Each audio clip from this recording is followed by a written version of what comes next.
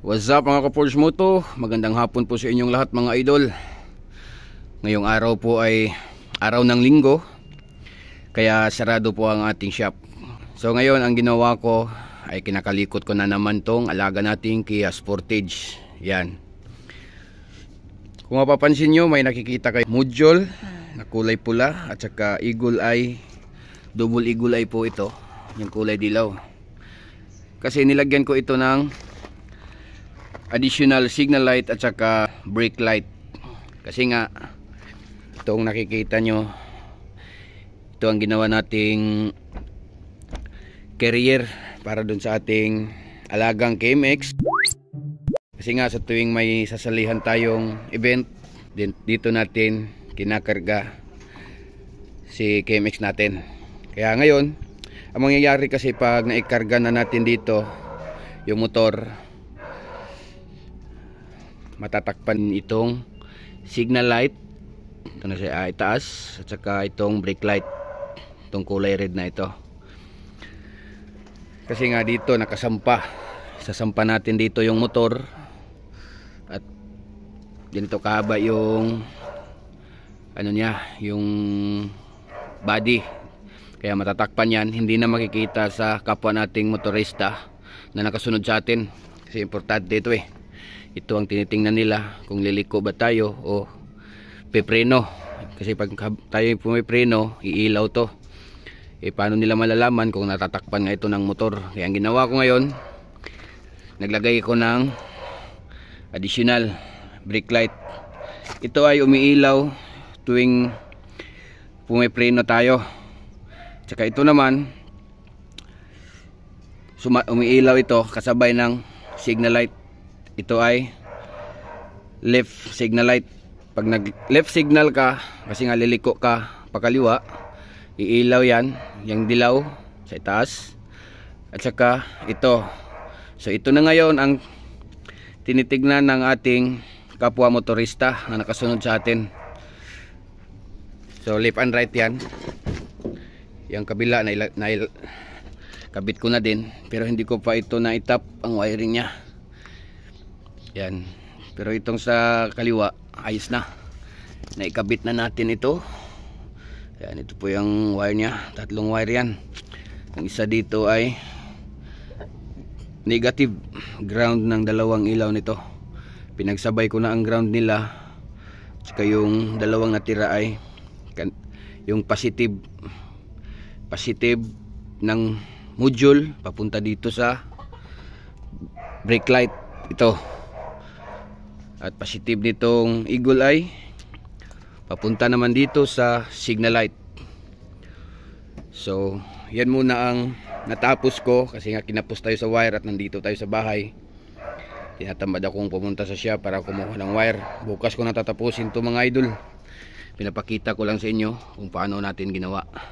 So ngayon bubuksan natin dito, papakita ko sa inyo ang connection na ginawa ko.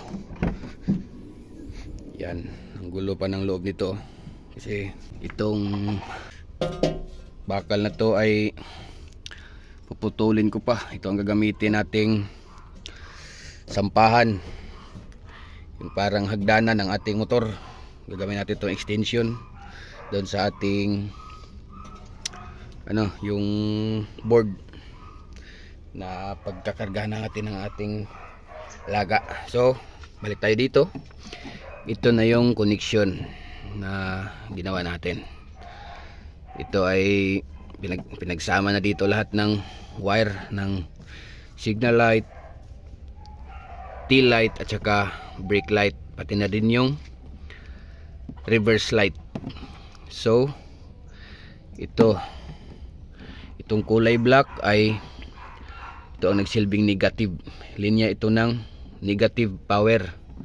Dito ko inilagay ang ground, yung sinasabi kong ground, itong kulay black na ito na nakadikit sa kulay pula. Yan po ang ground ng module at saka eagle eye. At ito namang isang wire na black red stripe,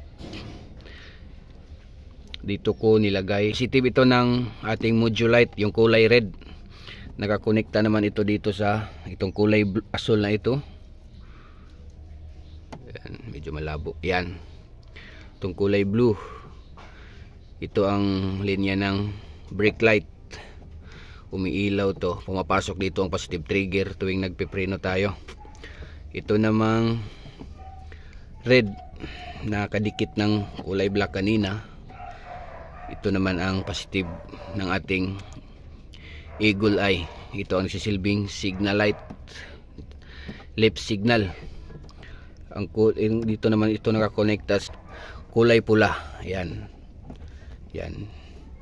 Sinama ko siya dito. Kaya tuwing nagsisignal light tayo pakaliwa, sumasabay itong eagle eye natin. So ngayon papakita ko sa inyo kung paano gagana itong additional brake light at saka signal light natin.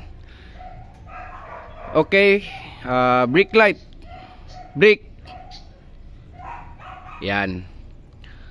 Di umiilaw yung pulang module light kasabay ng brake light, yang nagbi-blink na yan. Yan ang brake light. Yan. Okay. Left signal. Yan. Yan. Nakikita nyo yung eagle eye, sumasabay siya sa signal light. Yan. Mas maliwanag pa siya kumpara dun sa original signal light. So talaga makikita yan ng mga kapwa nating motorista nakasunod sa atin sa kalsada. So yan muna mga ka-Forge Moto, at saka bukas ko na ito tatapusin kasi nga tulad ng sinabi ko kanina, kinapos tayo sa wire. Pinapakita ko lang sa inyo kung paano gumana ang ating ginawa na additional signal light at saka brake light. So thank you sa inyong lahat at magandang hapon. Alright.